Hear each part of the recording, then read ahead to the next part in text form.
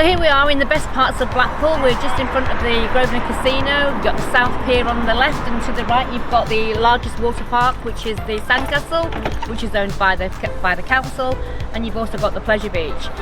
On my right here is an ex-councillor who sadly lost his seat at the last election, Derek Robertson, and he was responsible for getting these toilets built on the right hand side here, which were desperately needed at the time. So we're looking for people like Derek to come up with the ideas to make this a great place for everybody, not just the people on the promenade. We're now going to go to different places in Blackpool and show you what's good about our town.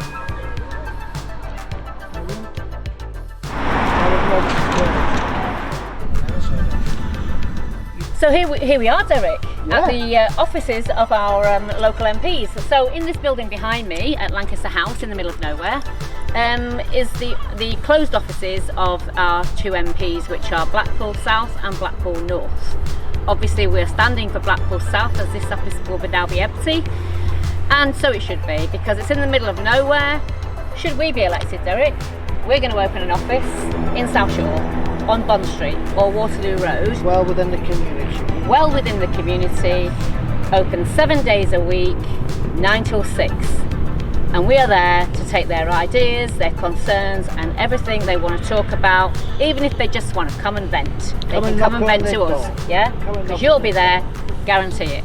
Yeah, I'll be there with Kim, supporting Kim for this election, and our office will be open 12 hours a day. Tell me, Kim, how accessible is this office for the normal people here? Well, I think we've just took about 20 minutes looking for it in a car. I don't think there's a bus route here, and I certainly wouldn't recommend walking to it. So it's not open to the public anyway. It's purely a registered office for the Conservative Party. Yeah, basically it's on Amy Johnson Way, which is an industrial estate adjacent to Blackpool Airport. Yes. Therefore there is no public transport and no easy access, and of course the building is warden controlled and you can't get in. Correct. Your name's not on. If your name's not down, you ain't getting in. Correct. Okay, so here we are at one of the last surviving post offices in Blackpool at South Shore, and probably the only reason actually why Holyrood Road is quite still vibrant, because we do have still got a community atmosphere here. I know there's an Italian up there where me and Derek went a few times, didn't we, Derek, with the veterans? They have coffee mornings up there for the veterans of Blackpool. Yeah. A lot of estate agents, a lot of cafes, florists, did all my funeral flowers sadly. And we do have a good post office here, but it's the only post office now in South Shore, and we do need more community post offices so that people can use the community better.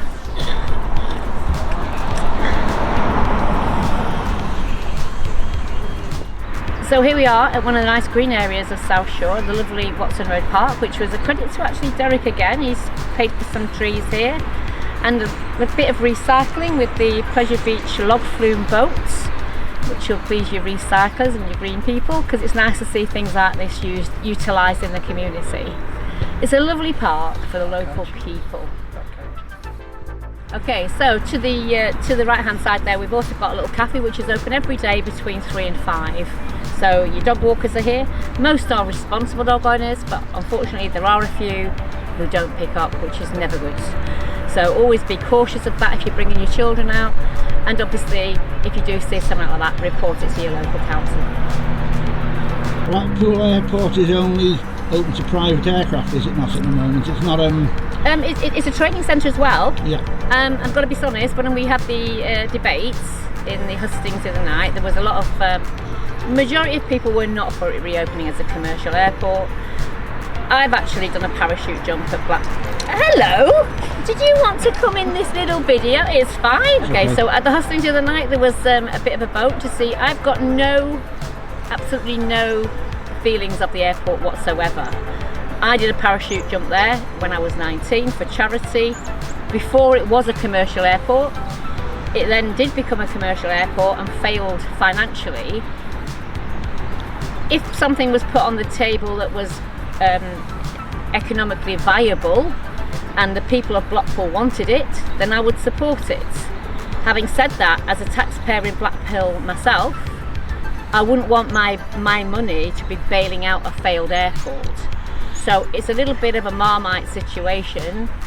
Do we want it? Do we not want it? Would it bring anything in? It didn't bring anything in before, so why would it this time? It's not big enough really for some of the commercial flights. Well, if I was going somewhere, I'd probably get a cheaper flight from Manchester. I can get on a train at Blackpool North and it goes direct to Terminal 2 in about an hour. And no roadworks, no problems with motorways, it's quite a good smooth journey. So I think that I'd be inclined to do that. Yes. There is the theory that if you open a commercial airport, it will bring more trade and more businesses to Blackpool. It didn't before, so why would it now? The issue being, of course, with net zero, they want all airports closed by 2030 anyway.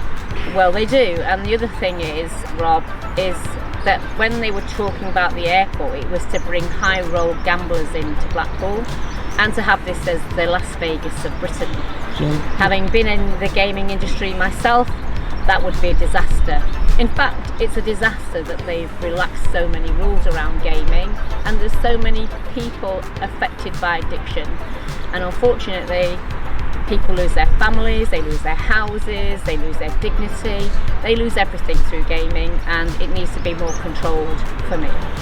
Welsh Government bought Cardiff Airport and they've lost money consistently, and there's hardly any flights go from there now, so possibly the same for Blackpool. Correct.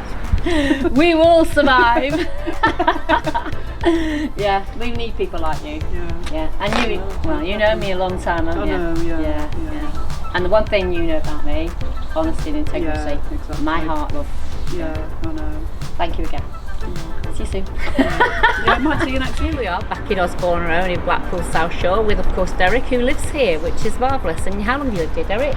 I've been here in business for just over 20 years. 20 years, yeah. And Marvellous. I've watched the place deteriorate over the last 20 years. A lot has to be done to bring this place back up to standard as it was.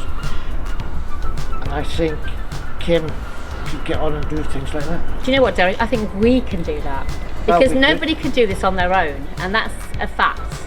And we've seen the deprivation because we've done that video, and we did it on a very bad day, and I appreciate that. But nobody can do something like this on their own. They need support of the neighbourhood and the people, which is why when I spoke about this funding that's been knocking around since 2008, this 35 million, I think it's better in the pockets of people in these streets, you know, where they can, like a lot of these people down here have been here years and years, and instead of selling up, they've converted their homes to their hotels to houses, but they've never had any funding to help them do that, and I think they should have had.